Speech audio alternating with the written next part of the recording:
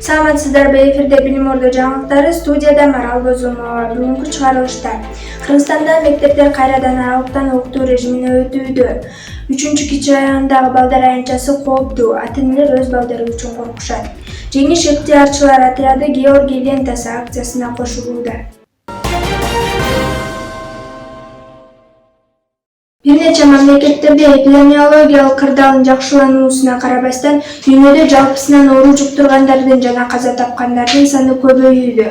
Джон Хопкинс университетинин көрсөткүчү боюнча акыркы жылы оору жуктургандардын саны 149 миллионго жакындап, 3 миңден ашуун адам каза тапкан. Эгерде АКШда илдет менен күрөшүүдө жеңишин майрамдап жатышкан болсо, Индияда өлгөндөрдү унаа токтотуучу жайдан өрттөп жатышат. Онлайн окутуу же офлайнбы? Көптөгөн мектептер онлайн окутуу режимине өтүүгө мажбур болушту, бирок аны бардык эле ата-энелер колдой бербейт. Мектеп окуучуларынын билим деңгээли кескин начарлап кетти дешет алар. Кененирээк кийинки сюжетте. Сон Толукбаева окутуунун офлайн режимине өтүүнү колдойт. Анын кызы 5-класста окуйт. Сон Толукбаеванын пандемия учурунда жумушу 2 эсеге көбөйгөн. Негизи мен ата-эне катары балалардын коопсуздугу үчүн, балалардын ден соолугу үчүн онлайн же болбосо кыргызча айтканда аралыктан окутуу болуп жатпайбы? Негизи эми бул айла кеткендей кадам деп эсептейм. Мүмкүн болушунча балдар мугалим менен түзмө-түз байланышта болуп, классташтары менен, теңтуштары менен бирге баарлашып, мектепте офлайн режимде окуганы туура деп эсептейм. Айрым ата-энелер онлайн билим берүүгө өтүүнү талап кылышууда, бирок аны менен бардык эле макул эмес. Офлайн, потому что... Албетте биз офлайн режимин тандайт элек, анткени мектептен темаларды жакшы түшүнөсүң. Мугалимдерден түздөн-түз билим алабыз. Хорошо понимаю. Офлайн, потому что мы там... Албетте офлайн, анткени онлайн учурунда туугандар сага окуганда тоскоол болушат. Мындан улам эч нерсе түшүнбөй каласың. И ничего не понимаешь.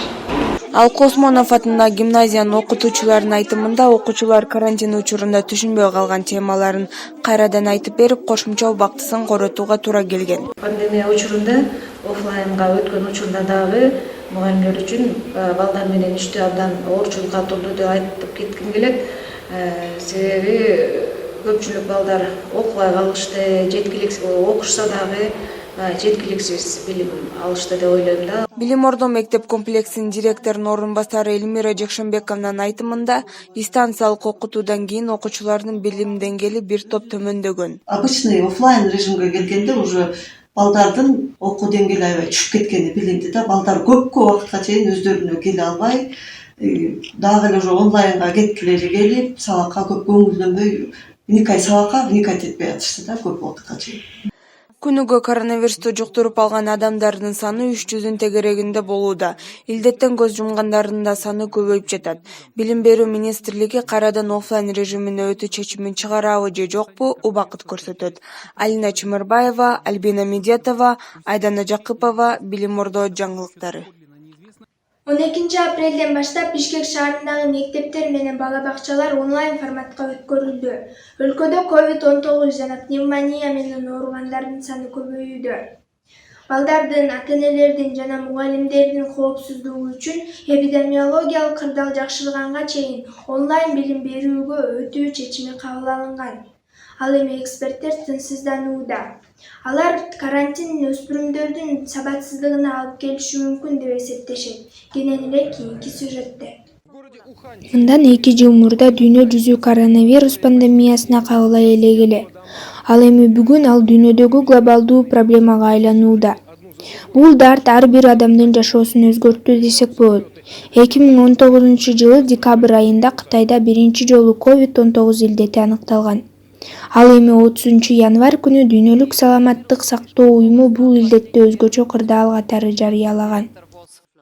Эгерде дүйнө жүзүнүн мамлекеттеринин өкмөтү жарандарга COVID-19ду жеңип чыгуу үчүн кайсыл стратегияны кармануу экендигин түшүндүрбөсө, эгерде адамдар эң негизги эрежелерди кол жууп, маска кийип сактанбаса, анда бизди бир гана сценарий күтүүдө. Абал начарлап кетет.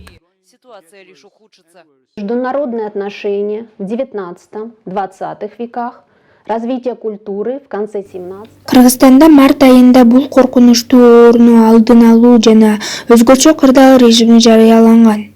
Бардык окуу жайлар онлайн окутууга өтүүгө мажбур болушкан. Август жана сентябрь айларында инфекциянын таралышынын азаюусу байкалып, бардык мектептер кайрадан оффлайн окутуу режимине өтүшкөн. Мы поняли, что коронавирусная инфекция это будет... Коронавирус инфекция өмүрүбүздүн аягына чейин жоголбойт экендигине көзүбүз жетти. Ошондуктан санитардык талаптарды сакташыбыз керек. Өкмөт тарабынан атайын алгоритм иштелип чыккан, анда бардык окуу жайларда кандай чаралар көрүлүшү керек экендиги берилген. Постановлением правительства 244. Билим Ордо мектеп гимназиясынын окуучулары жарым жыл гана мектепке барып билим ала алышты. Апрель айында биздин мектеп кайрадан онлайн окутууга өттү. COVID-19 илдети билим берүү системасынын кыйрашына алып келди дешет адистер. Алардын айтымында мындан улам сабатсыз жаш муундардын саны көбөйүшү мүмкүн. Өзгөчө кыйынчылыктар жетишпей жашаган үй бүлөдөгү окуучулар менен болот. Азыр болсо социалдык кызматкерлердин, мугалимдердин алар менен такыр эле байланышы үзүлдү. Жалгыз гана эксперттер эле эмес, ата-энелер да тынчсызданууда.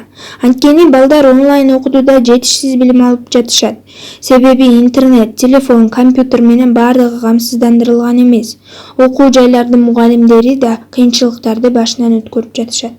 Ал эми учурда өлкөдө калкты эмдөө активдүү жүргүзүлө баштады. Официалдуу түрдө вакцинация кампаниясы 29 мартта башталган. Айрымдары ковид илдетине каршы эмдөөнү колдосо, айрымдары анын кесепеттеринен кооптонушат. Марал Бозумова, Максат Бозумов, Билим Ордо жаңылыктары.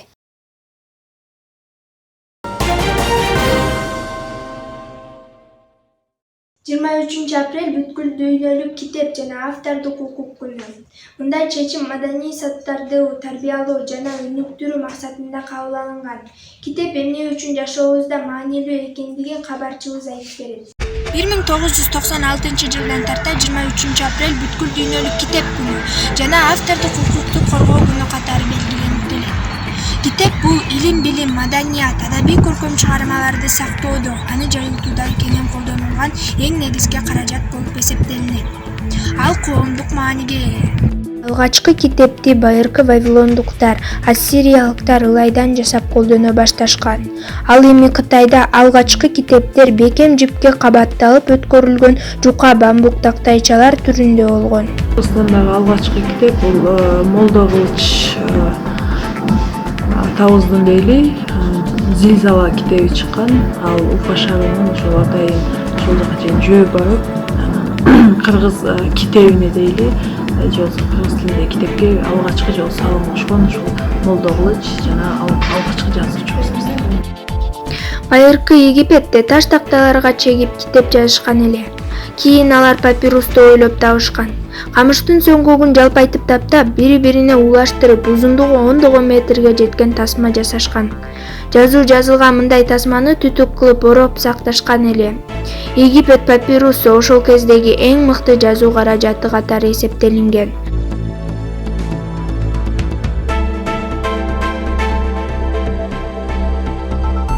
Китеп адамды, адам китепти өзгөртөт демекчи. Китеп адамдын жашоосунда чоң роль ойнойт. Ал окурмандардын бүткүл акыл эсин өөрчүтүп, акылына акыл кошот. Сөз байлыгын кеңейет, мүнөзүң өзгөрөт, же болбосо өзүңө бир кандайдыр жакшы жактарын аласың. Мисалы ошол эле китепте кандай жакшы нерсе болсо, өзүңө тарбиялаганга аракет кыласың. Марал Бозумова, Малика Булчурова, Билим Ордо жаңылыктары. Билим Ордо мектеп комплексинин кыргыз тил мугалими окуучулардын жүрөгүнөн өзгөчө орун ээлеген. Анткени анын сабактары кызыктуу жана шаңдуу өтөт. Көп жылдан бери эмгектенип келген Бейшакан Турганбаевна чыныгы өз кесибимди тапканыма кубанам дейт. Кененирээк кийинки сюжетте. Бул текстте Зататоштон колдонулган Бакыт жана Мирбек. Ушул тоолор деген текстте энчилүү Зататоштор жердин аттары бар бит, мына тербетип көрчү. Чыгармачыл адам өз кесибин сүйгөн адис окуучулардын сүйүктүү мугалимдеринин бири. Мына ушул сапаттардын бардыгы кыргыз тил мугалими Бейшакан Турганбаевна жөнүндө.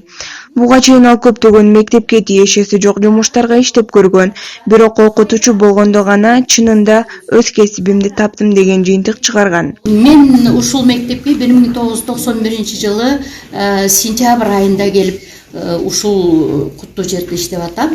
Өзүм болсо Бишкектеги Арабаев атындагы университеттин филология факультетин бүтүргөм. Ошондон бери мына ушул жерде иштеп, пенсияга чыгып, балдарымды багып, ушул мектеп уясындагы жакшы окуучуларды бүтүрүп иштеп келе жатам. Орто мугалим баяндайт, жакшы мугалим түшүндүрөт, мыкты мугалим шыктандырат.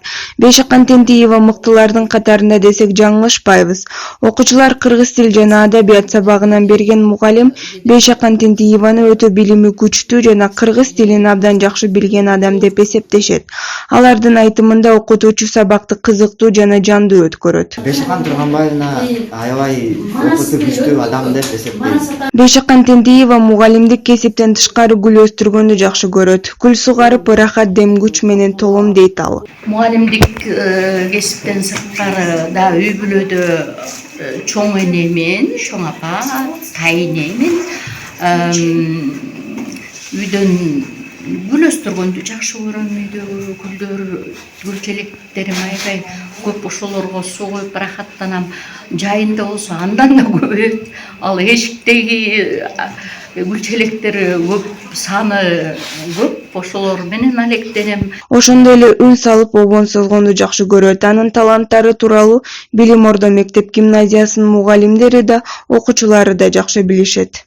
Толгон өмүр жазы болуп турганы, толкунаткан жүрөк оту жыргалы, жайгышы шайырланып кулпунуп, жаштык кечи салтанаты бульвары. Мугалим кесиби ар дайым ардактуу болгон жана боло берет. Бирок ошол учурда эле кыйынга турат. Чыныгы мыкты мугалим болуш баарынын эле колунан келе бербейт. Бирок Бейшакан Тентиева эжекебиз чынында эле мыкты мугалим болуп, көптөгөн жаштардын келечегине чоң салымын кошкон. Алина Чымырбаева, Нуркыз Кененбаева, Билим Ордо жаңылыктары.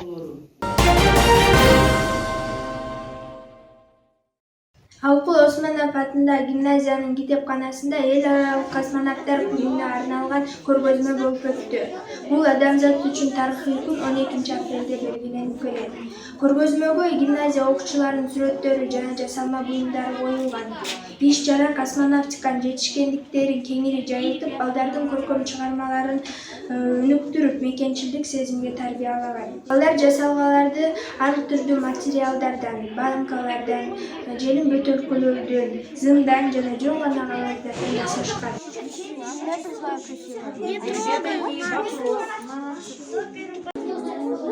1961 жылы 12 апрелде советтик космонавт Восток космос кемесинде улук лейтенант Юрий Алексеевич Гагарин Байконур космодромунан учуп чыгып, жер планетасынын дүйнөдөгү биринчи орбиталык учуусун жасаган. Бул датага карата Билим Ордо мектеп комплексинин окуучулары жана мугалимдери кеттик эл аралык акциясына кошулушту. Анын жүрүшүндө социалдык тармактар үчүн видео тасмалар тартылган. Кеттик. 15 апреля 2021. 2021 жылдын 12 апрелинде биздин мектептин жеңиш волонтерлорунун отряды акция өткөрдү. Иш-чара алгачкы жолу космоско учкан күнүнө карата уюштурулган. Акция «Кеттик» деп аталат. Жеңиш ыктыярчылар отряды эл аралык ишемдикке катышты. Ал улуу атамекендик согуштун башталгандыгынын 80 жылдыгына арналган. Акциянын жүрүшүндө ыктыярчылар улуу атамекендик согушка арналган эстеликтерди иретке келтирип, оңдоп түзөштү. 12 апрелде өлкөнүн тарыхый эс тутумунун коргоону жана сактоону каалаган камкор адамдар ишемби күнү чыгышты. Алардын арасында биздин мектептин активисттери дагы бар. Жеңиш ыктыярчылары Чолпон Ата шаарындагы Жеңиш эстелигинин айланасынан калыбына келтирип кетишти. Ушул эле ишембиликтер Россия, Азербайжан, Армения, Латвия, Польша, Бельгия, Кипр, Македония, Улуу Британия, Германия жана башка өлкөлөрдө өткөрүлдү. Школа принимает участие. Билим Орто мектеп гимназиясы көптөгөн иш-чараларга катышып турат. Биз атамекендик согуштун эстеликтерин оңдоп түзөө акциясына кошулдук. Жалпы жонунан 12 адам катышты. Биз Чолпон Ата шаарында жайгашкан эстеликтерди тазалап чыктык. Памятник в центре города Чолпон Ата. КМШ өлкөлөрүндө 27 апрелде Георгий лентасы акциясы башталды. Анын жүрүшүндө волонтерлор улуу атамекендик согуштагы жеңишти эскерүүнүн символу катары жарандарга Георгий ленталарын таратышты. Бул акция 16 жыл катары өткөрүлүп келет. Быйыл ал 9 майга чейин созулуп, өлкөнүн бардык аймактарында офлайн режимде өткөрүлөт. Уюштуруучулардын айтымында акцияга жакынкы жана алыскы чет өлкөлөр дагы кошулат. Ыктыярчылардын арасында Билим Орто мектеп комплексинин окуучулары дагы бар. Былтыр пандемияга байланыштуу Георгий лентасы акциясы онлайн режиминде өткөрүлгөн. Ага 200 миңден ашуун адам катышкан.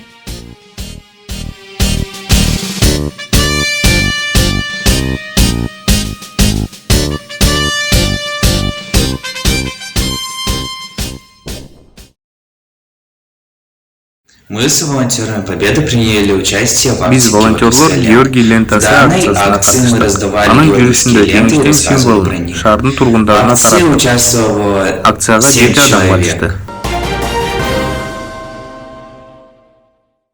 Көркөм сүрөт ириминин жетекчиси Дүйчөбек Искаков жана Жаркына Искакова түстүү дүйнө балдардын көзү менен эл аралык онлайн конференциясына катышты. Иш-чара Казакстандын эгемендүүлүгүнүн 30 жылдыгына арналган. Ага биздин мектептин окуучусу жана мугалим катышып өздөрүнүн чыгармаларын сынакка жөнөтүшкөн. Жыйынтыгында сүрөтчүлөр конференцияга чакырылган. Жалпысынан бул конференцияга алыскы жана жакынкы чет өлкөлөрдөн таланттуу сүрөтчүлөр катышышты. Бул деген эл аралык конкурс болчу. Бул жерде деген ушу орто мектептердин мугалими, анан окуучулар катышат да сүрөттөрү менен. Бул Алматыда өтөт. Бул жерде катышканда ошо Россия бар экен, Татарстан, Монголия, Афганистан, Казакстан, Кыргызстан бар экен. Бул жерде бир 60 киши болуш керек эле, 60 деп чыккан, 60. Анан кийин ошол экенин эмесинде эле международный конференция болуп атат. Сиздер менен Билим Орто жаңылыктары жана мен Марал Бозумова болдум. Сак саламатта калыңыздар.